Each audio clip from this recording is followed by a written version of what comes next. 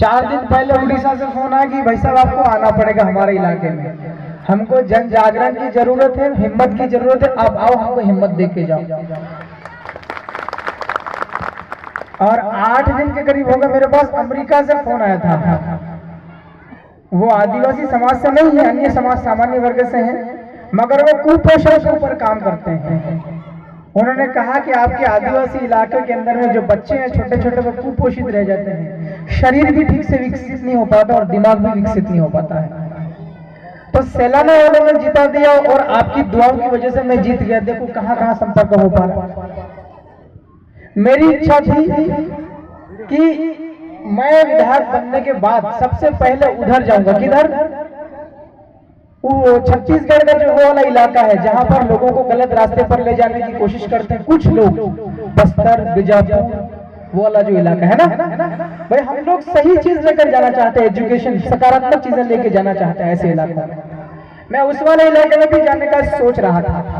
उड़ीसा का मलकानगिरी, कोरापुट, भवानीपटना, उस वाले इलाके में भी जाना चाह रहा था। कालाहांडी, बहुत हालात खराब है वहां पर। जैसे हालात मध्य प्रदेश के बेगा, सैरिया और भारिया लोगों के हालात है, वैसे हालात उस इलाके में है। मैं तेलंगाना के खम्मम वाले इलाके में जाना चाह रहा था, मगर 3-4 दिन पहले हमने एक गांव में विजय जुलूस निकाला जी आभार व्यक्त करने के लिए। तो जिन लोगों ने मुझे वोट दिया, मेरे कार्यकर्ताओं ने मुझे ये कहा कि विधायक जी आप दूसरे प्रदेश में जाओ, उसके पहले हमारे ही मध्य प्रदेश में, मध्य प्रदेश का पूर्वी इलाका है जिसको अपन कहते हैं गोंडवाना इलाका।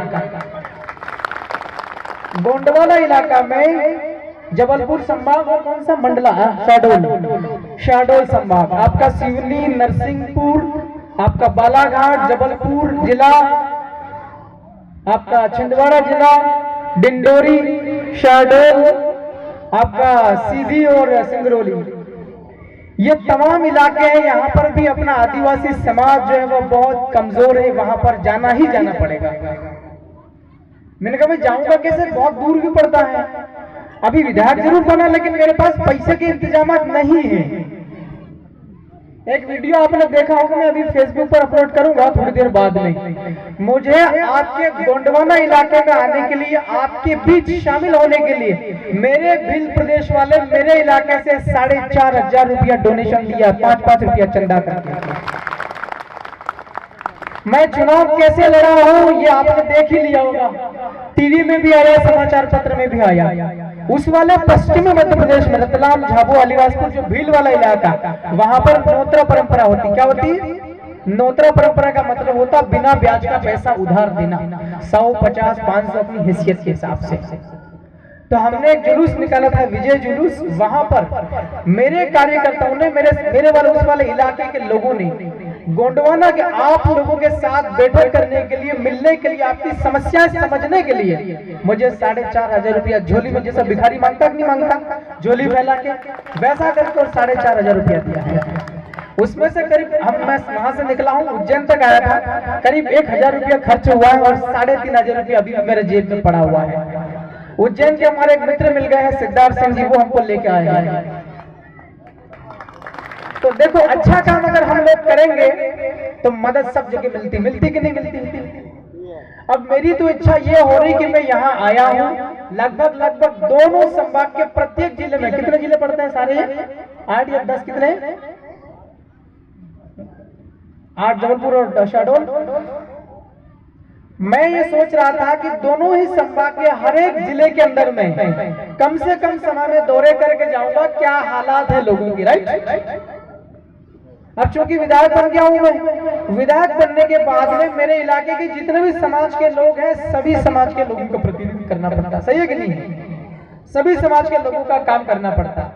मगर मेरी पहली प्राथमिक जिम्मेवारी ये भी है कि जिस समाज से तुम उठकर आए हो, जिस हालात से तुम निकल कर आए हो, ऐसे समाज के जो गरीब तबके के लोग हैं उनके बीच में पहले जाना होगा, उनकी समस्याओं को पहले सुनना होगा। मेरे हालात कैसे हैं ये आप सबको पता चल ही गया होगा, टीवी के माध्यम से और समाचार के माध्यम से पता चला कि नहीं चला है? मैंने अपने स्टूडेंट लाइफ में जब कॉलेज की पढ़ाई कर रहा था, मैंने वेटर का भी काम किया है।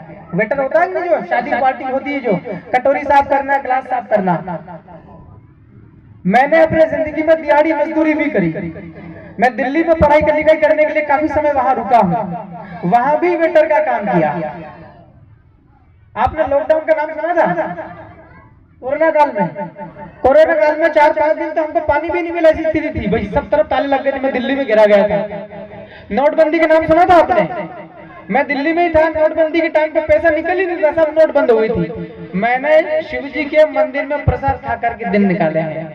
अब सोचो, मैं इतने बुरे हालात से गुजरा हूँ, तो क्या मैं हल्का फुल्का आदमी हूँ क्या? मेरे अंदर की शक्ति कितनी मजबूत होगी, मेरे अंदर का विश्वास कितना ताकतवर होगा।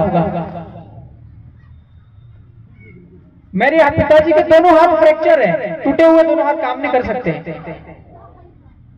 पहले, आज से 10 साल पहले मेरे घर पर, मेरे गांव में इलेक्ट्रिसिटी की व्यवस्था नहीं थी, चिमनी चलती थी केरोसिन वाली। दिवाली के दिन चिमनी का विस्फोट हुआ तो मेरी माँ के पूरे शरीर पूरा जला हुआ था मेरी माँ का। आज भी मेरी माँ का आधा से ज्यादा शरीर काम नहीं करता है, फिर भी मजदूरी पड़ जाती है। सोचो, मैं इतने बुरे दौर से निकला हूं, मैं अंदर से कितना मजबूत होगा कि नहीं होगा?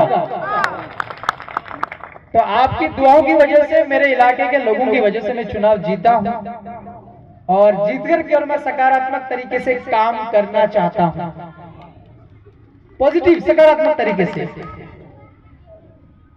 कांग्रेस के लोग भी करते हैं, विधानसभा के अंदर में हा हू करते हैं, राइट? मैं जरूरत पड़ेगी तो ही हा हू करूंगा, वरना मैं सरकार के साथ मिलकर अच्छा काम करना चाहता हूं। बार बार समाचार वाले, टीवी वाले आते, मैं यही कह रहा हूं भाई, मुझे अवसर दो काम करने का। जब मैं चुनाव लड़ रहा था, प्रचार के दौरान मैंने ये कहा लोगों से कि सरकार किसी की भी बने, मैं मंत्री बन सकता हूं, क्योंकि मैं मंत्री बनने की मेरे पास में वो ज्ञान है। अगर मुझे जिम्मेवारी मिलती है, मैं अच्छे से काम कर सकता हूं।